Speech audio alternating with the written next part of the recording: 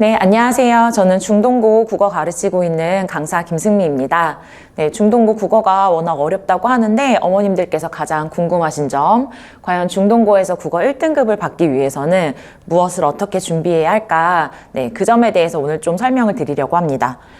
일단은 순서대로 이렇게 4가지를 말씀드리려고 하는데요. 일단 첫 번째는 중동고 국어가 어렵다고 하는데 어떤 특징을 가지고 있는지, 그리고 이제 우리 수업에서는 어떤 목표를 가지고 있는지 이제 설명을 드리고요. 이제 두 번째는 실제로 시험 문제를 좀 보여드리면서 어떤 점이 아이들이 어려워하고 좀 이제 준비하기가 어려운지에 대해서 말씀드릴 거예요. 그래서 일단 2가지, 일단 중동 국어의 특징을 좀 먼저 보여드리고요. 그 다음에 이제 3번째 제일 중요한 점. 그럼 1등급을 위해서는 어떤 전략이 필요한가에 대해서 말씀드리고, 마지막으로 저희 수업에 대해서 좀 소개해드리려고 해요. 그래서 최대한 제가 아이들과 같이 공부했던 그 경험을 살려서 좀 실제적인 이야기들을 좀 해드리려고 합니다. 네, 일단 첫 번째 중동고 시험 특징과 저희 수업 목표를 말씀드리려고 하는데요. 일단 중동고 국어는 제가 특징을 6가지로 요약을 해봤어요. 그러니까 작년에 교육과정이 바뀌면서 이제 교과서도 새롭게 바뀌고 중동고의 국어도 좀 새로워졌다고 볼 수가 있어요. 근데 이제 6가지 특징을 말씀드리면, 일단 첫 번째는 우리가 이제 국어라고 하면 원래는 그 하위 과목들이 한 5개가 있어요. 화법, 작문, 문법, 문학, 비문학 이렇게 5가지가 있는데, 첫 번째는 그 중에서 중동고 1학년은 문학과 문법 중심으로 시험을 본다는 점이에요. 나머지들은 사실은 거의 중요하게 들어가지 않고 아예 들어가지 않는 경우도 있고요. 문학하고 문법을 4번의 시험에서 계속해서 중요하게 다룬다는 거예요. 그래서 이제 두 번째, 교과서도 마찬가지로 우리가 한 권의 교과서를 받으면 그 안에 이제 여러 가지 영역들이 다 포함되어 있는 건데, 이제 핵심만 활용을 합니다. 문학, 문법, 그리고 이제 매번 시험 볼 때마다 어휘가 같이 포함이 돼요. 그럼 이제 나머지는 뭐로 채우느냐? 이제 3번째. 결국은 이제 낯선 지문들로 그 모든 거를 채우면서 좀 보다 실제적인 국어 능력을 평가하는 거예요. 그러니까 우리가 이제 중학교처럼 이번 시험에 어떤 범위들을 잘 준비하면 그래도 잘 본다 라기보다는 외부 지문이 굉장히 중요하게 나오고 비중이 크게 나오기 때문에 좀 더 실제적인 국어 능력이 향상되어 있어야 해요. 그래서 4번째 말씀드리면 범위는 되게 적은 편이에요. 제가 이제 주변의 학교들하고 비교해봐도 중동고가 제일 적을 정도로 사실은 범위는 적은 편이고, 대신에 나머지 외부 지문을 활용하는 것이 되게 많다, 이렇게 말씀드릴 수 있어요. 그리고 이제 5번째는 중동고는 1학년이든 2학년이든 이제 국어 시험에서 시간 압박이 없었던 적이 없어요. 시험이 이제 어렵거나 아니면 시험이 쉬우면 문항수를 확 늘려서 막 객관식을 40문제 가까이 낸 적도 있고, 이제 시간 압박을 항상 주기 때문에 자기가 시험을 잘 준비했고 아는 게 실제로 많다고 하더라도 실제 시험장에 가서 그게 다 발휘되지 않을 수 있기 때문에 저 연습이 좀 필요하다고 할 수 있죠. 그리고 이제 워낙 잘하는 친구들이 많이 모였어요. 제가 올해 보니까 애들 이제 반배치고사 본 것도 보고 하니까는 역시나 1, 2등급의 경계는 치열하겠구나, 이제 이런 생각이 들어요. 그래서 이제 1등급부터 2등급까지, 그러니까 지금 이제 5등급제에서 2등급이라고 하면 100명이 넘어가는데 9등급제에서는 4등급이었죠, 그러면. 근데 어쨌든 그 1, 2등급이라고 하는 그 선이 사실은 아이들이 되게 분명하게 나눠진다기보다는 그 안에서 비슷한 실력을 가진 친구들이 조금 더 시험을 잘 볼 때, 비슷한데 이번 시험에 조금 더 잘 봤을 때, 그게 이제 갈리는 거기 때문에 굉장히 치열하죠. 그 다음 마지막 6번째는 이제 사립학교기도 하고 워낙 학교에 수업 준비를 열심히 하시는 선생님들이 많다 보니까 담당 교사와 기출이 굉장히 중요해요. 그러니까 사실 중동고가 작년에 중동고 이제 시그니처였던 요약이 빠진 것도 좀 이제 그것과 관련된 선생님이 이제 2학년으로 올라가시면서 좀 이제 변화가 생긴 지점도 있어요. 그래서 항상 선생님이 누군지, 그리고 이제 기출을 얼마나 활용하는지를 이제 생각하면서 좀 준비할 필요가 있고요. 중동고는 중동고 기출 유형 문제를 좀 반복적으로 내는 그런 경향이 있기 때문에 문학이든 문법이든 기출을 적극적으로 활용하는 게 굉장히 중요해요. 1학년 기출만이 아니라 1, 2, 3학년 다 합쳐서 그 기출들을 다 활용해서 수업 준비를 하는 게 좀 효과가 좋다고 볼 수 있어요. 네, 좀 이제 중간고사랑 기말고사 문항 구성이랑 작년 얘기를 좀 해드릴게요. 일단은 중간고사 때 객관식이 37문제나 됐어요. 근데 사실 이제 문항수가 많다는 거는 상대적으로 시험은 좀 쉬었다는 얘기가 되죠.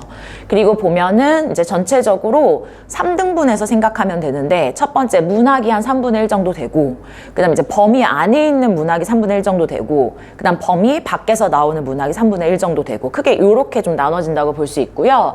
1학기 중간 중간고사는 좀 특이하게 이제 서답형은 전부 다 문법에서 출제가 되었어요. 아주 어려운 수준은 아니었고, 서답형은 제가 볼 때는 1학기에서 이제 2학기 기말로 갈수록 점점점 좀 까다로워지는 그런 편이에요.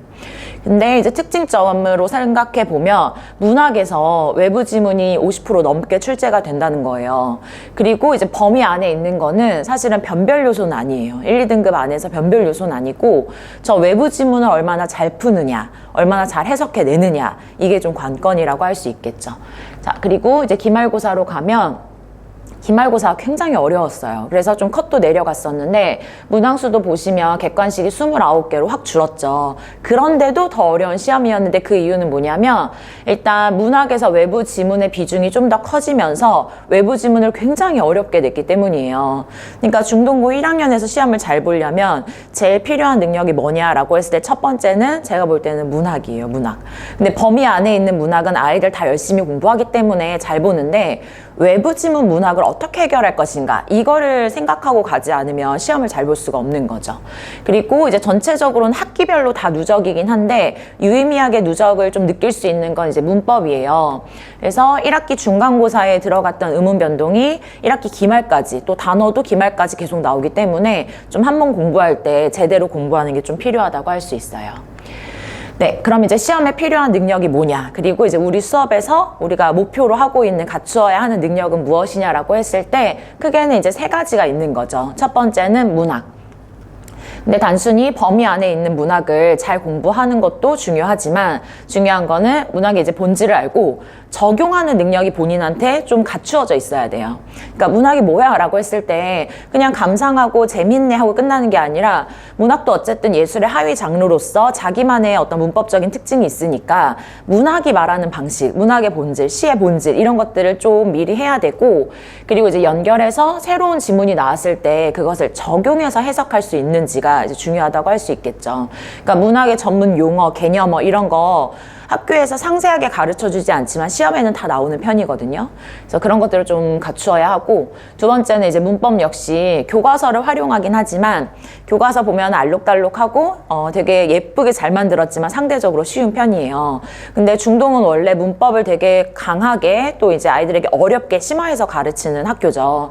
실제로 24년도나 아니면 그 전에도 문법만 했던 해가 있어요. 이제 요약의 문법만 했던 해가 있을 정도로 되게 문법을 어렵게 가르치는 편이고, 교과서는 상대적으로 잘 안 쓰고 학교 프린트물이 있어요. 그래서 그 프린트물로 나가기 때문에 좀 더 깊이 공부하는 게 필요하다고 할 수 있습니다.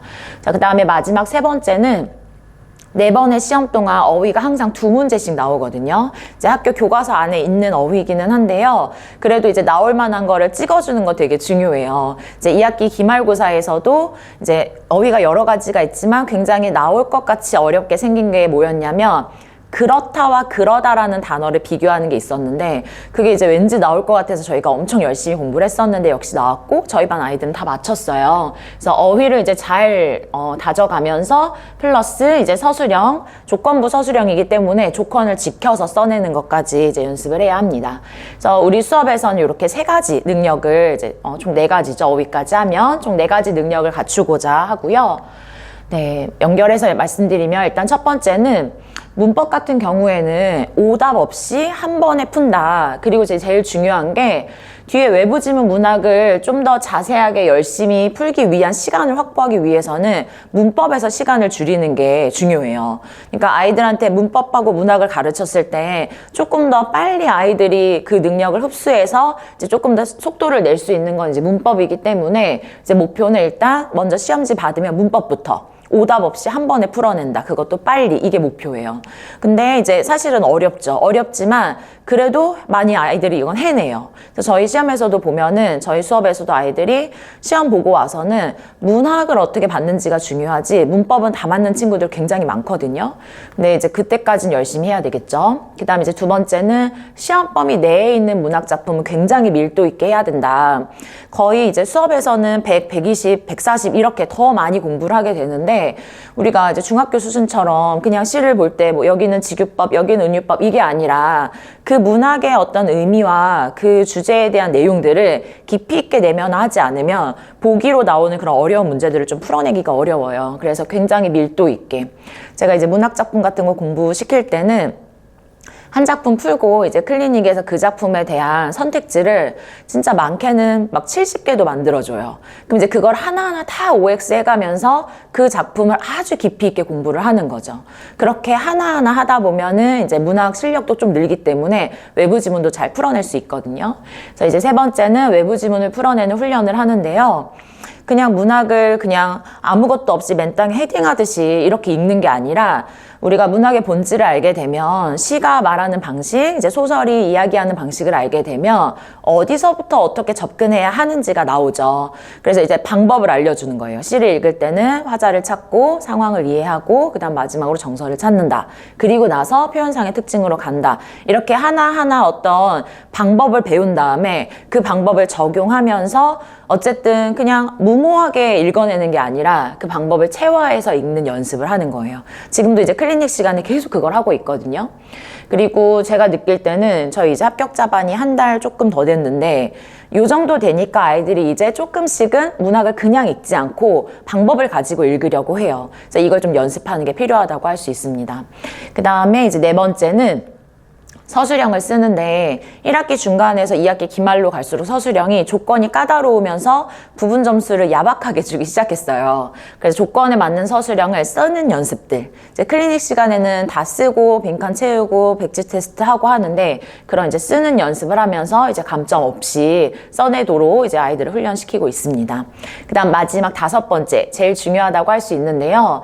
사실 1번부터 4번까지는 모든 아이들에게 이제 다 같이 우리가 전략을 짜는 거예요. 문법을 먼저 풀고 오답을 최소화하자. 그 다음에 이제 범위 안에 있는 지문은 다 맞자. 이렇게 여러 가지 전략을 세우는데 1등급이라고 하는 게 그냥 정말 아이들의 점수를 가지고 이제 그렇게 줄을 세우는 거잖아요. 그럼 어쨌든 그 37등 안에 들어가야 되는데 모든 학생들이 동일한 상태에서 공부를 하는 게 아니기 때문에 이 아이한테만 맞는 그런 전략이 있을 수 있어요. 그러니까 어떤 친구는 문법을 너무 어려워하고 근데 이제 걔한테 너도 문법 다 맞아? 문법 먼저 풀어? 이렇게 할 수 없는 거죠. 그러니까 문법을 어려워하는 친구, 뭐 문학을 어려워하는 친구 조금씩 아이들의 그런 어려운 점이 다르기 때문에 이제 각자 맞는 1등급 전략을 조금 세워주는 편이에요. 그래서 이제 어떤 친구는 뭐 예를 들어서 외부 지문에 대한 게 이제 좀 어렵다. 그러면 앞에 1번부터 이렇게 풀지 말고 문법이 강점이니까 문법을 먼저 풀고 그다음에 이제 외부 지문 풀고 그다음에 이제 외부 지문 그냥 범위 내의 지문 풀고 그다음 외부 지문 푸는데 어디서부터 어디까지 어떤 순서로 또는 이제 시간이 너무 부족할 때는 어떤 문제들 위주로 풀어나갈지 이런 것들을 좀 먼저 전략을 세운 다음에 시뮬레이션을 해보는 거죠. 그렇게 했을 때 효과가 더 좋다고 할 수 있고요. 실제로 저희 반에서는 2등급에서 1등급으로 된 친구들도 많고 3등급에서 1등급으로 온 친구도 있어요. 그러니까 막 180등을 올린 친구들도 있거든요. 그러니까 전략을 잘 세우는 것도 굉장히 중요해요. 네, 그 다음 이제 두 번째, 중동고 내신의 난제들, 문제를 좀 보여드리도록 할게요. 일단 난제 먼저 요약적으로 말씀드리면 첫 번째, 제일 중요한 거, 문학 분석 능력이 제일 중요하다. 상위권일수록 그런 것 같아요. 상위권일수록 문법은 거의 안 틀리고요. 이제 문학에서 어떻게 하나 더 틀리냐 마냐의 차원이에요. 그러니까 한 2개 정도 틀리면 이제 1등급 문 닫는 정도라고 볼 수 있는데 시험이 좀 쉬우면 한 94점 요 정도, 그다음 시험이 좀 어려우면은 뭐 92점 요 정도에서 1컷이 형성된다고 할 때 문학이 그 역할을 할 때가 많아요. 그래서 문학을 좀 잘해야 되고 두 번째는 범위가 적기 때문에 시험 범위 안에 있는 것만 하자고 하면은 시간이 좀 남을 수도 있어요. 그러니까 2학기 기말고사 같은 경우에 시험 범위가 이제 누적되는 걸 제외하면 문법에다가 플러스 소설 단 한 편이었거든요. 그러니까 문법 중세 문법 공부하고 그다음 플러스로 소설을 하나만 하면 되니까 되게 적잖아요. 근데 외부 지문이 많은 편인 거죠. 그러면 결국은 범위 안에 있는 것만 하고 나머지는 운에 맡기는 게 아니라 외부 지문을 풀어낼 수 있는 훈련에 맞춰서 공부의 방향을 좀 설정하는 게 필요하고요. 그다음 세 번째는 문법이 수능형으로 나오는 편이에요. 2학기 기말고사 같은 경우에는 이제 중세문법이 들어갔었는데 실제로 교과서에 있는 텍스트는 안 나오고 완전히 다 그냥 수능형으로 처음 보는 중세 문헌들 위주로 시험이 나올 정도로 전부 다 수능형인데 대신에 내신의 디테일을 요구하는 지엽적인 것들이 이제 결국은 답의 포인트예요. 그렇기 때문에 수능형으로 접근하지만 실제적으로 세부적인 건 다 외우고 다 꼼꼼하게 공부해야 하는 두 가지가 같이 요구된다고 볼 수 있어요. 문법은 누적되는데 학기별 누적이라고는 하지만 1학기에 처음 배우는 뭐 형태소라는 개념이라든지 뭐 어간어미의 개념이라든지 이런 거는 그냥 문법의 기본 용어 수준이기 때문에 계속 영향을 주는 거거든요. 그래서 처음에 공부를 제대로 하는 게 굉장히 중요하다고 할 수 있죠.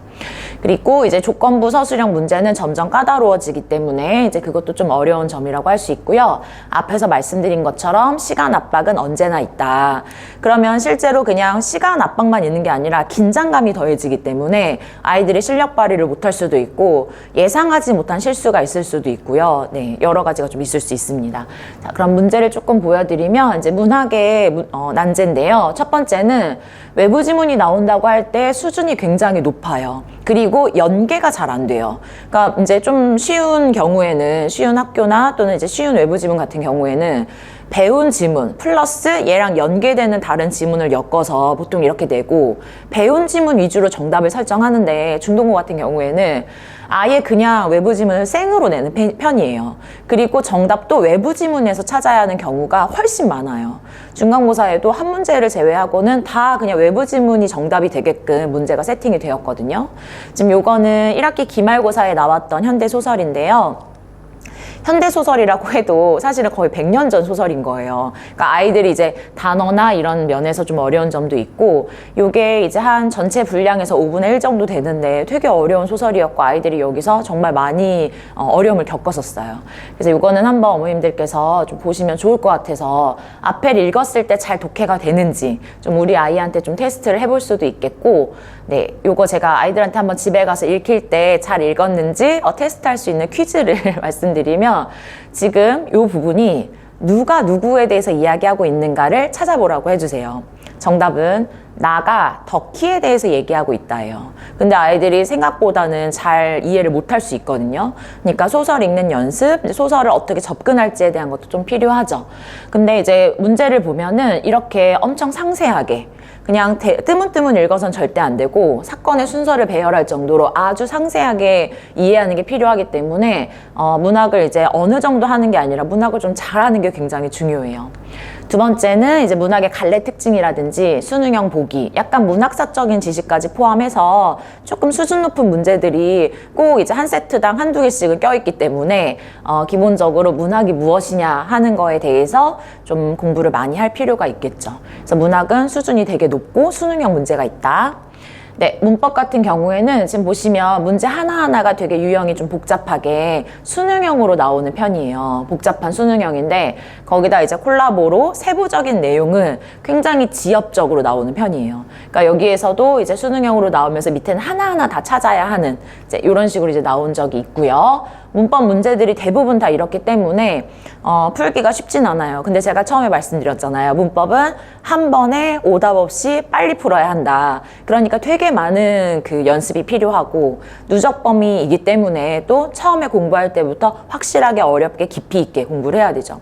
중동고 문법 프린트물 보면은 이제 처음에 제가 느낄 때는 이제 프린트물이 조금씩은 바뀌지만 그냥 옛날에 쓰던 것이 계속 이제 좀 쓰이고 있는데 보면은 되게 어려운 해였을 때는 거의 대학교 1학년 개론서에 가까운 용어들까지 다 사용해서 그러니까 일반적인 교과서 수준은 아니에요. 그래서 문법을 좀 이제 꼼꼼하게 공부해야 하고요. 이제 문법에 어떤 논의가 있는 부분들, 조금은 논의 여지가 있는 부분들은 항상 수능을 기준으로 결정하기 때문에 그거에 맞춰서 이제 수업을 하고 있습니다.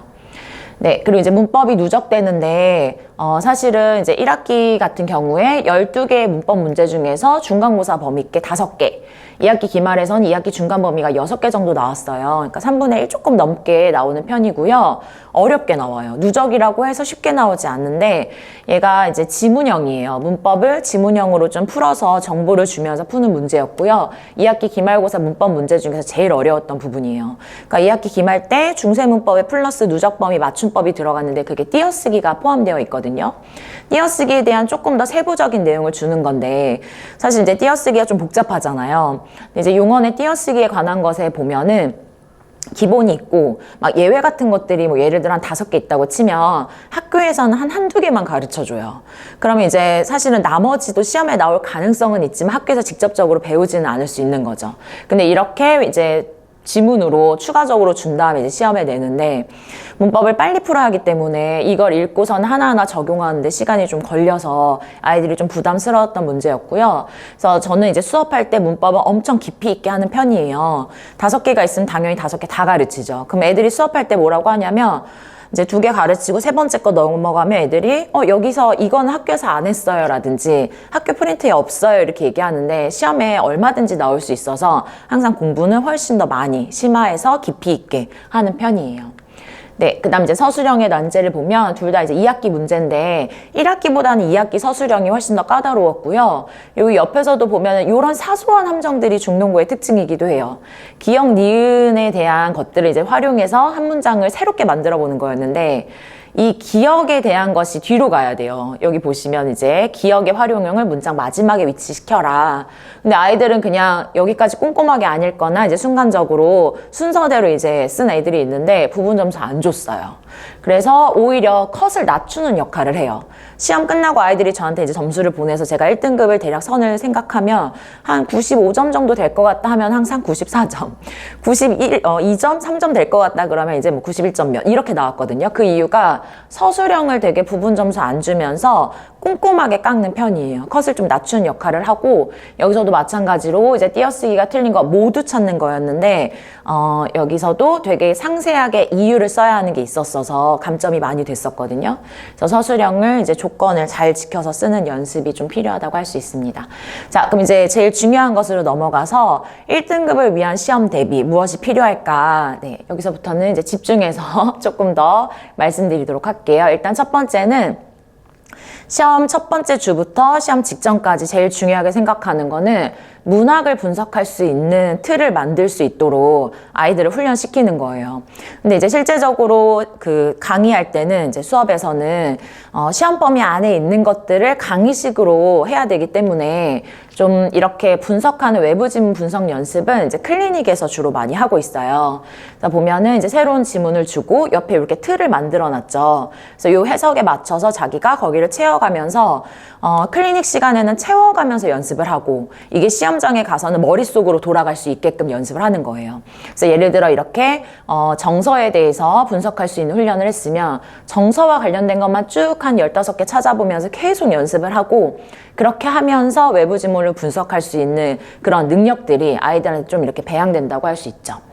그 다음 이제 두 번째는 제가 이제 시험을 보니까 항상 외부 지문이 나오면 그래도 보기를 항상 줘요.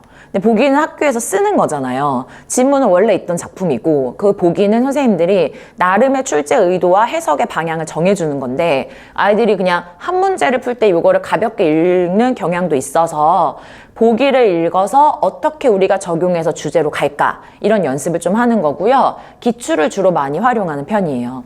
그러니까 1학년에서 쓰는 국어 말고 2학년 문학이나 3학년 심화국어나 그런 과목에서 배웠던 이제 문학의 틀 같은 것들, 문학의 보기 같은 것들까지 활용해서 그런 문제들도 좀 풀고 있거든요. 네, 그렇게 좀 연습을 하고 있습니다. 그 다음 문법은 우리의 목표는 기계처럼이에요. 기계처럼. 문학은 정답을 찾아가는 길이 이렇게 꾸불꾸불하다면 문법은 좀 직선인 느낌이잖아요. 기계처럼 풀 수 있도록 이제 하는 거고요. 이렇게 하나하나 다 쓰고 하나하나 분석하는 연습을 시키는데, 이제 저희 수업에서도 보면은 이제 잘하는 친구들도 보면 이제 뭐 객관식 문제 막 200제 풀어라, 300제 풀어라 하면 당연히 잘 풀고 되게 오답률 없이 다 풀어내요. 막 다 맞고 다 동그라미고. 근데 이렇게 쓰는 거, 그리고 하나하나 분석하는 거, 이런 걸 시키면 생각보다는 좀 버벅대는 지점들이 보여요. 그리고 이제 아이들이 객관식을 풀 때는 이제 소거시키면서 푸는 경향도 있는데, 이렇게 써나가면은 얘가 혹시나 놓쳤던 부분도 제가 체크할 수 있기 때문에 문법을 좀 기계처럼 풀 수 있도록 이제 클리닉 시간을 활용해서 꼼꼼하게 가르치는 편이고요. 그 다음에 이제 중요한 거, 아까 중동고는 이제 사립학교이기 때문에 담당 교사와 기출이 중요하다고 했는데, 기출을 굉장히 적극적으로 활용해서 이제 1, 2, 3학년 문제들을 다 활용해서 문학이든 문법이든 아이들과 그 문제들을 많이 풀고 있고요. 문법 같은 경우에는 이제 수능 특강까지 활용해요. 왜냐하면 교과서나 또는 이런 시중에 있는 것들은 예시나 선택지가 좀 단순한 편인데, 실제로 문제는 다 수능형으로 나오는데 수능 특강 유형이 되게 많은 편이거든요. 그래서 수능 특강에 있는 유형 예문들까지도 같이 보고 있습니다. 중동 기출 또는 수능 특강이 중요한 이유 조금 설명드리면 이게 24년도 1학기 중간이고요. 25년도 1학기 중간인데 문제 거의 똑같이 나왔어요. 그래서 이제 기출을 공부하다 보면은 실제로 시험장에 갔을 때는 낯선 문제보다 익숙한 문제들을 풀 수가 있는 거죠. 마찬가지로 이거는 이제 2학년 문제예요. 2학년에 문학이 있었고 중동고는 원래 1학년에서 문법만 했던 해가 많기 때문에 문학에 대한 기출이 많지가 않은 편이거든요. 그래서 이제 2학년에 있는 문학을 가지고 좀 우리가 활용을 하는데 보시면 이렇게 서술형 문제 거의 똑같이 나왔죠. 네, 그래서 2학년 문학이나 뭐 3학년 화작 또는 뭐 이런 것들 다 활용해서 같이 최대한 아이들이 시험장에 가서 익숙하게 풀 수 있게 시간 압박과 그 긴장감 속에서 푸는데 그래도 조금이라도 도와줄 수 있도록 기출을 이제 좀 적극적으로 풀고 있습니다. 아까 나왔던 앞에 나왔던 1학기 기말고사 그 어려운 소설 문제에 나왔던 문제 유형 중에 하나가 사건을 순서대로 배열하는 건데요. 이것도 3학년 문제에 있었고 사실은 이 유형은 수능특강 유형이에요. 그래서 수능특강이나 기출들을 최대한 활용하는 게 중동에서는 되게 중요하다고 볼 수 있고 저희 수업에서는 항상 적극적으로 활용하고 있습니다. 네, 수업에 대한 내용 조금 더 보여드리면 일단 첫 번째 수업은 우리가 이제 100점을 받기 위해서는 120을 준비해야 한다. 문법도 훨씬 심화해서 문학도 훨씬 더 깊이 있게 가르치려고 하고요. 문학은 이제 한 작품 배웠으면 그 한 작품에 대해서 막 한 30개, 40개 모든 선택지들을 다 검토할 수 있게끔 한다든지 또는 문법 같은 경우에는 모든 걸 다 써보면서 자기가 분석하면서 체득할 수 있게끔 이제 하고 있고요. 그다음 이제 교재나 뭐 자료나 또는 이제 한 장짜리로 볼 수 있는 이제 손필기 자료 같은 것들을 주면서 사실은 이제 이런 것들이 아이들에게는 내신 준비할 때 시간을 단축시켜 주는 거잖아요. 그러니까 문법 문제도 최대한 중동고에 가까운 문제들로 구성해주고 네, 이렇게 이제 도와주고 있습니다. 네, 그리고 이제 이거는 제가 엄청 강조하는 건데요. 중동고는 시간 압박이 심하고 그다음에 이제 유형이라는 게 좀 있기 때문에 내신형 모의고사를 반복해서 푸는 게 굉장히 중요해요. 그래서 이제 저희 수업이 직보까지 7회라고 하면은 1주부터 4주 정도까지는 진도를 나가는데 조금 집중을 하지만 최대한 진도를 좀 일찍 빼려고 하고요. 이제 범위도 아주 많지는 않기 때문에 그리고 이제 나머지 주차에서는 실전 연습을 하는 거예요. 그래서 처음에 1차 모의고사 봤을 때 그러니까 앞에서도 계속 시험을 보긴 하지만 이렇게 학교 시험처럼 동일한 문항과 동일한 유형으로 시험을 보고 나면 아이들이 되게 이런 시험이구나 확 이게 체감이 되거든요. 그래서 진짜 적게는 4회 아니면 대부분은 한 7회 정도까지도 계속 저 내신형 모의고사를 보고 이때부터 아이들이 되게 실전 감각이 키워지면서 시험장 가서 익숙하다 이런 느낌을 받으면서 시험을 보게 돼요. 그래서 학교 시험 유형이랑 비슷하게 문항과 유형을 다 똑같이 맞추어서 내신 모의고사를 보고 있어요. 네, 테스트하고 과제 관리 설명드리면 그래서 테스트가 두 가지가 있는 건데 첫 번째는 앞에서 한 1주부터 4주차까지는 이제 누적으로 그냥 주차 테스트를 보는 거예요. 그래서 1주차에 처음에 공부하면 2주차에 오면 1주차 거 보고 3주차에 오면 1, 2주차 거 같이 보고 이 정도로 가고요. 그 다음에 이제 시험 전범위 모의고사 네, 요거는 이제 한 5주차부터 시행이 되는 거고 직보까지 매번 보면서 최대한 많이 볼 수 있도록 도와주고 있어요. 그러니까 작년에 이제 주말 껴서 시험을 볼 때는 일부러 직보를 2번 잡았어요. 시험 전날이 뭐 일요일이랑 그다음에 이제 뭐 금요일 이렇게 잡아서 그럼 이제 시험도 한 2번 이상 볼 수 있으니까 그렇게 하면서 최대한 실전적으로 갈 수 있도록. 그러니까 한 5주차 정도 되면은 모든 아이들이 사실 시험 범위 안에 있는 거에 대한 공부가 되게 잘 돼 있는 편이에요. 많은 친구들이. 그럼 이제 이 중에서 누가 실전에 가서 덜 틀릴까 이 싸움이기 때문에 실전 모의고사를 굉장히 공들여서 다 만들고 이제 검토하고 이제 아이들하고 풀고 또 그거를 쭉 모아놨다가 시험 전날 자기가 틀린 거 위주로 보다 보면은 정리도 잘 되거든요. 그래서 이게 좀 중요하고요. 과제는 이제 내신에 맞춰서 중동고 유형에 맞춰서 교재가 나가고 그 다음에 또 하나는 복습 과제가 항상 프린트로 나가서 숙제가 이제 두 가지인 거예요. 하나는 이번 주에 배운 거, 그다음 또 하나는 복습으로 누적되면서 계속 나가는 거 이렇게 두 가지가 있고요. 이제 한 주에 나간 거를 이제 그 주에 공부하고 끝나는 게 아니라 쭉 가져가야 되니까 이제 과제는 이렇게 두 가지로 나가요. 그리고 이제 클리닉 시간에 와서 하는 과제가 있는데요. 아까 말씀드린 것처럼 문법도 이제 다 써보는 거, 문학은 이제 외부 지문 연습하는 거, 이런 이제 클리닉 과제가 있습니다. 관리는 이제 수업 끝나면 당연히 모든 저희의 상세한 내용에 대해서 이제 문자 보내드리고요. 수업 앞뒤 시간은 전부 다 질문하거나 클리닉으로 활용하고 있어요. 그리고 그 외에 이제 평일에 오는 클리닉 시간에는 이제 클리닉은 다 제가 직접 하면서 네, 그렇게 활용하고 있고요. 그다음에 이제 문법도 이제 현강을 그대로 녹화한 것을 이제 복습 동영상으로 이제 제공해서 아이들이 이제 복습할 때 조금 부족한 개념이 있으면 볼 수 있도록 하고 있습니다. 그리고 이제 어쨌든 수업에서는 이제 저하고 친밀하게 클리닉에서 만나기 때문에 문자나 뭐 카톡이나 이런 거 다 편하게 하는 편이고요. 클리닉을 좀 많이 궁금해 하셔서 뭐 하는지 말씀드리면 크게는 두 가지 한다고 보시면 돼요. 1번, 3번인데요. 일단은 첫 번째 문법에 관한 거예요. 수업에서 그 주에 배웠으면 그 주에 배운 거를 문법 직접적으로 적용하면서 써보면서 체화할 수 있도록 하고요. 아이들이 어쩔 때는 답을 잘 고르는데 사고 과정을 확인해 보면 틀릴 때도 있어요. 그래서 그런 것들 좀 꼼꼼하게 점검을 하고 있고요. 두 번째는 3번 문학을 분석하는 능력을 체화시킬 수 있도록 계속 트레이닝 하는 건데 이제 내신에서 준비하는 그 수업들은 어쨌든 수능 수업은 아니기 때문에 범위에 맞춰서 강의를 하게 돼요. 그럼 이제 외부 지문이 많이 나오는 중동고는 어떻게 할 것인가? 이제 클리닉에서 직접 자기가 분석을 해보는 연습을 계속하고 저랑 사고 과정을 점검하면서 문학을 분석할 수 있는 능력을 이제 조금씩 이제 쌓아가는 거죠. 네, 이렇게 이제 대면 질문해서 직접적으로 사고 과정을 확인하고 틀렸을 때 왜 틀렸어? 맞았을 때 근거 찾아와봐. 이렇게 하다 보면은 공부가 이제 좀 더 많이 되겠죠. 네, 클리닉에서 하는 자료들 좀 몇 개 보여드리고요. 대부분은 다 꼼꼼하게 자기가 쓰고 분석하고 찾고 해야 된다고 보시면 될 것 같아요. 네, 이건 이제 여러 가지 수강 후기를 모아놓은 건데 한 번씩 보시면 될 것 같고요. 네, 저희 수업은 일단 이제 모든 국어에선 토요일 6시고요. 이제 별도로 세정학원에선 화요일 6시 이렇게 이제 수업이 진행됩니다. 저랑 같이 수업을 하면서 우리 26년 고1들 한 해 열심히 잘 보내고 좋은 성과 있었으면 좋겠어요. 저도 열심히 준비하도록 하겠습니다. 감사합니다.